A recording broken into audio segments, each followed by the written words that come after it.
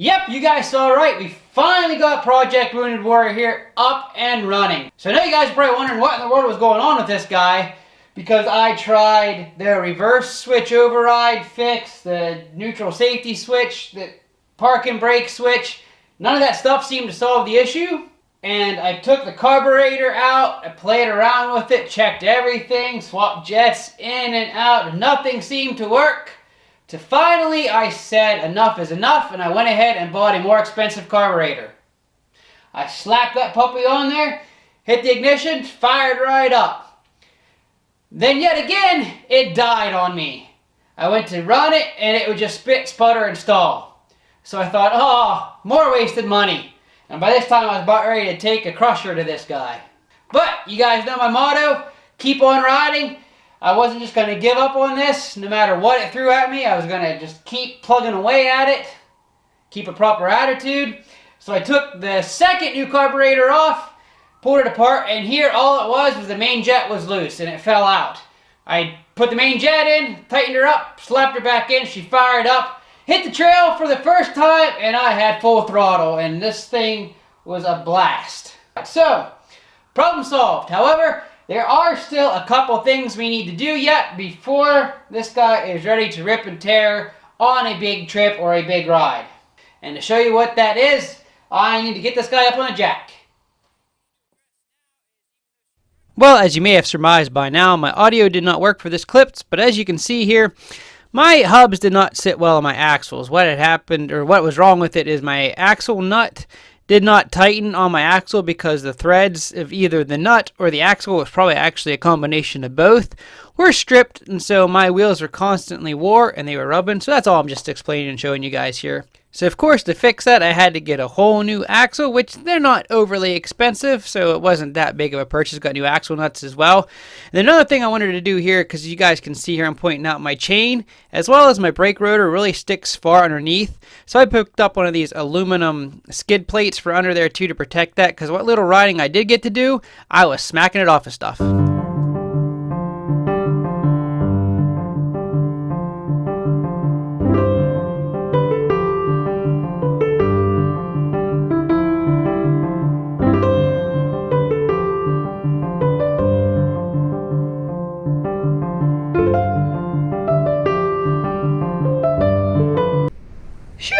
So yeah, I cut there because these axle nuts, as is often the case, and if you do any research you will find, is a mother bear to get off. Yamaha uses a Loctite on these axle nuts here. So as you can see, what I had to do is throw the wheels back on so I get it off the jack stand. And then I got one pipe wrench on this side of the axle to push on the ground. And then this behemoth here that I was able to get on here, and then I was able, as you can see, or not see because it's dark, to break them loose. So, now that I got these guys loose enough, I can turn them off by hand.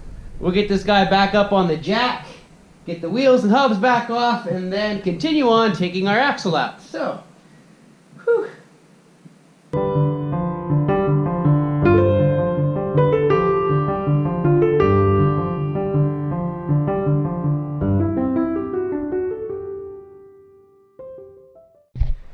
Alright guys, we got the axle out. As you can see here, it really isn't in awful shape, and it's kind of a shame to have to replace it. But again, these threads here for our hub nuts are all stripped out and would not tighten, so we really didn't have any other choice.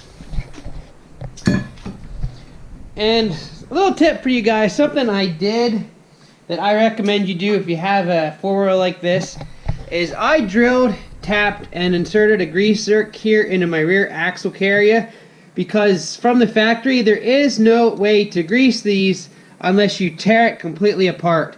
So what I did is I drilled, tapped, and inserted a grease zerk. That way now we can grease it anytime we want. If you guys ever look at most aftermarket axle carriers for your quads, come with a grease zerk already in them, so you don't have to spend money to get one. So now all we got left to do is to get our bearings put in here.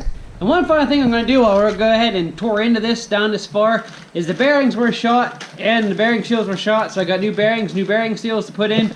So we're going to go ahead, throw these in here, of course bearing first and the bearing seal. We'll get our collar back in there, or spacer, whatever you call it, that the axle rides through, and we'll get this guy all put back together. Hey, it's magically daylight, because I ran into a little bit of a snag when I was working on this the other night. As you can see, my axle is no longer gold. No, it's not a opposite Midas touch where I can turn things into silver instead of gold. The gold one's still over there, but when I tried to put the new axle in through, I ran into a bit of a snag. It wasn't wanting to go, so me being stubborn, I put the thread on, or the nut on the end and drove it through. Well, turns out that our other spacer tube that was inside our carrier, it's still covered in grease, but I don't know if you guys can see all the ripples and gouging. Something was in there, chewed it all up. The inside was messed up too. So I was a little bit stubborn, drove the axle through, and then I couldn't get the whole way through, so I had to drive it back. So I screwed up the threads on the end of that axle. Live and learn, I guess. I should just replace that spacer to begin with, which I have. I got a new one in there now, so I'm only out the cost of another axle, I guess.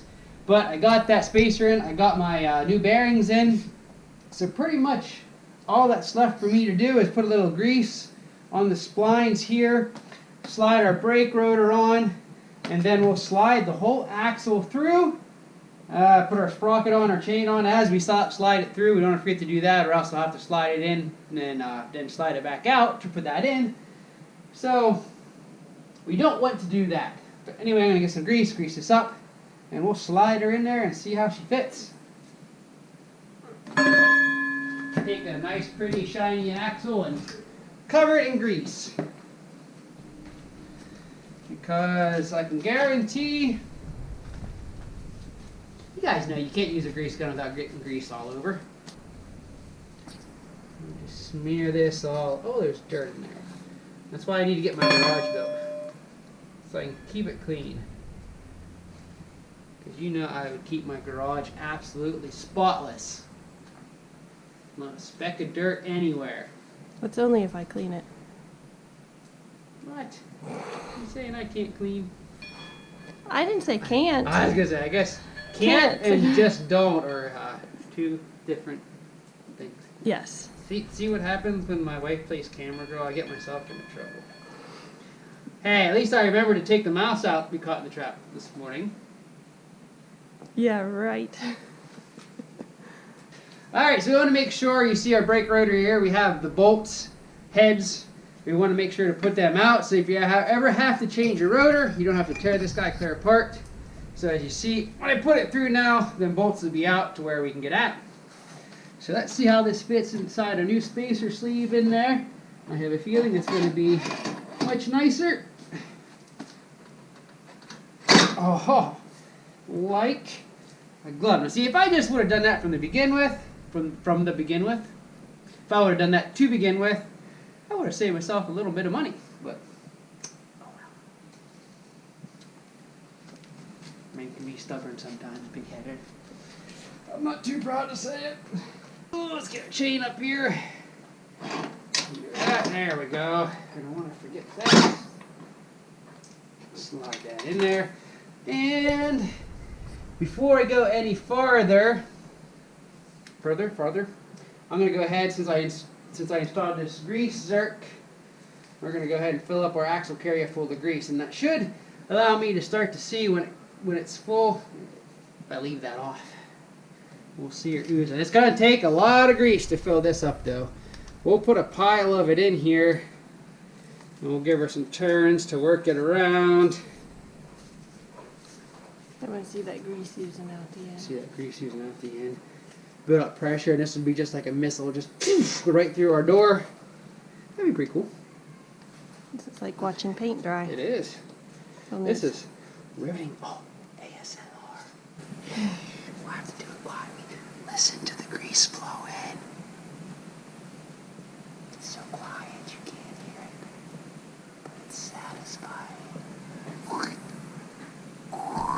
I think it's an added sound effect.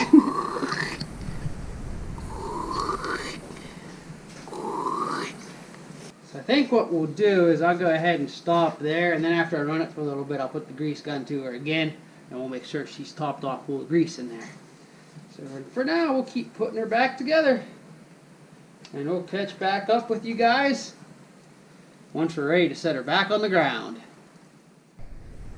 Alright, there she is once again, all back together. And this is looking much better. Look how nice and tight. Wow, as tight as you can see with my camera shaking the camera. But our hubs are nice and tight now that we have good threads, can tighten them up. So we don't have to worry about these things wearing out our splines on our axle anymore. Everything else is good to go. I'm still gonna have to figure out what's going on here with this rear brake, and I'm still thinking it's just a cheap brake I bought. So we may end up replacing that here before we do too much serious riding next year. But again, it is fall, winter's coming, so you probably won't get a whole lot of riding done in this. We're just not going to worry about back brakes for now. Front brakes are working good, so that's all we need for time being. For doing a little bit of ripping here and there. Well guys, we definitely got Wounded Warrior here muddy on that little venture, but I'm pleased with it. She's running good.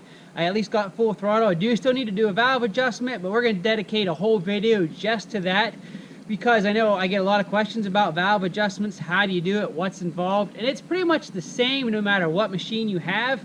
And so by doing it on Wounded Warrior, that would give you an idea of a valve adjustment for a Pioneer 500, a Wolverine, etc., etc.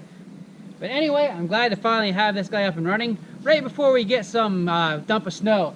But I think with these pretty beefy meats on here, we gotta be all right to do a little snow ripping too once we get this guy out going. So valve adjustment, still need a couple other little things.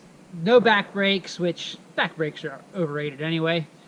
Problem is front brakes are kind of iffy. It takes a couple pumps for them to prime up to where they'll actually work. We'll have to figure out what's going on with that. And I think that'll pretty much have us set here for this guy. But anyway guys, hope you enjoyed the video. Hope you're enjoying the progress we're making here with Wounded Warrior. Don't forget, as you know I'm going to ask, as all YouTubers come to ask, don't forget to like, subscribe. You can support by buying my Appalachian Mountain Riders merchandise from my Teespring store, supporting me on Patreon, or even just clicking over and watching another video of mine. That's a great help too.